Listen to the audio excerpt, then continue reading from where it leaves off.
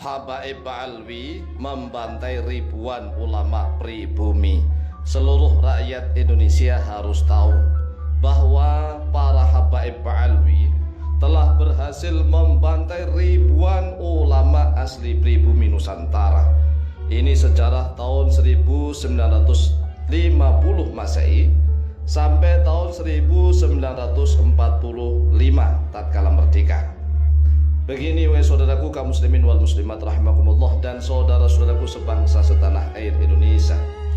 Sejak pemerintah Hindia Belanda sengaja mendatangkan orang-orang Yaman ke Nusantara dengan ditetapkan sebagai dzurriyyah Nabi Muhammad SAW, maka ribuan ulama asli pribumi menjadi agak sedikit gentar dan sedikit takut kepada VOC Belanda. Mengapa? Karena orang-orang Yaman yang dirawat oleh VOC Belanda disuruh membuat fatwa haram dan melarang seluruh warga pribumi yang mengadakan aksi perjuangan melawan VOC Belanda. Akhirnya setiap ada aksi perjuangan para ulama, para kiai dan rakyat pribumi yang melawan Belanda, maka tentara Belanda dengan bebas dan seenaknya serta sangat kejam membantai para ulama, kiai dan rakyat pribumi. Karena perbuatan tentara Belanda itu dilindungi oleh fatwa orang-orang Yaman yang ada di Nusantara. Yang membantai siapa? Yang membantai adalah tentara-tentara VOC Belanda. Yang memberikan fatwa siapa? Yang memberikan fatwa adalah orang-orang Yaman, Habaib Alwi yang ada di Nusantara. Inilah kekejaman mereka. Oleh sebab itulah rakyat Indonesia harus mulai sadar sesadar-sadarnya. Setelah perjuangan rakyat Nusantara yang dikomando langsung oleh para sultan di Nusantara mulai melemah melawan Belanda, ternyata perjuangan rakyat Nusantara tidak pernah padam. Bahkan semakin kuat dikomando langsung oleh para ulama, oleh para kiai asli pribumi. Hingga pada tahun 1825 Masehi sampai 1830 Masehi terjadi perang Jawa besar-besaran yang dikomando langsung oleh Pangeran Diponegoro, oleh Kiai Mojo, oleh Sentot Prawiro-Dirjo dan ribuan ulama dan kiai Nusantara. Kemudian perang Patri kedua tahun 1831 Masehi sampai 1838 Masehi yang dipimpin Tuanku Nan Renceh, Tuanku Pasaman, Tuanku Imam Bonjol dan para ulama yang lainnya. Belanda mengalami kerugian yang sangat besar, kerugian di materi maupun kerugian di tentara-tentaranya yang banyak mati selama bertahun-tahun perang melawan orang-orang pribumi. Oleh sebab itulah Belanda sengaja mendatangkan orang-orang dari Yaman ke Nusantara agar melarang perjuangan setiap rakyat pribumi dan memberi fatwa haram jihad fi sabilillah. Jihad fi sabilillah haram, ghurur, tidak sah melawan Belanda karena dianggap kurang syarat-syaratnya. Ini adalah produk fatwanya orang-orang Yaman yang membantai ribuan para ulama dan kiai asli Nusantara yang menjadi pejuang membela tanah air demi kemerdekaan seluruh bangsa di Indonesia. Setelah Belanda mendatangkan orang-orang Yaman ke Nusantara, yaitu pada tahun 1850 Masehi, ternyata perjuangan rakyat pribumi tetap tidak padam. Terbukti adanya perjuangan rakyat Banjar. Banjar ini adalah Kalimantan Selatan, dipimpin oleh Pangeran Antasari.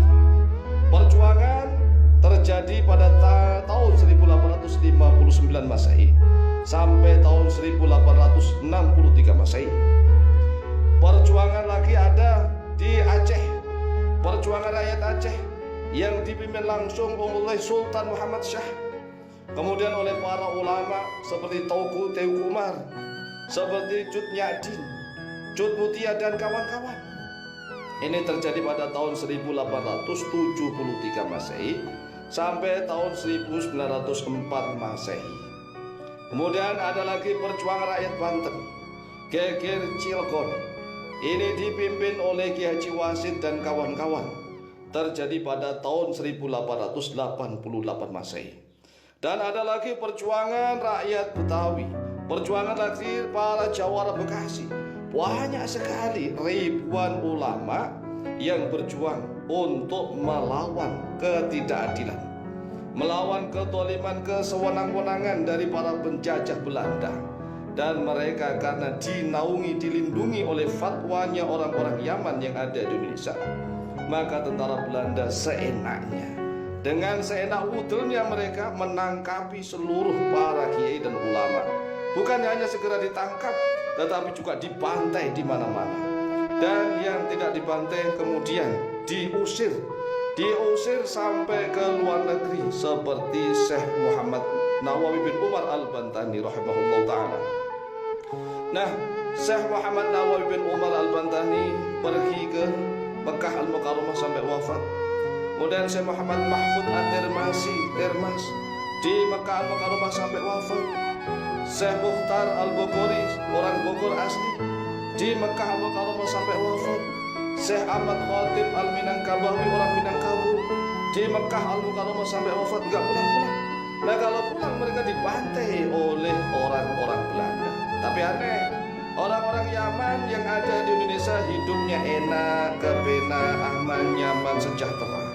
Ini kan harus diungkap fakta sejarah ini.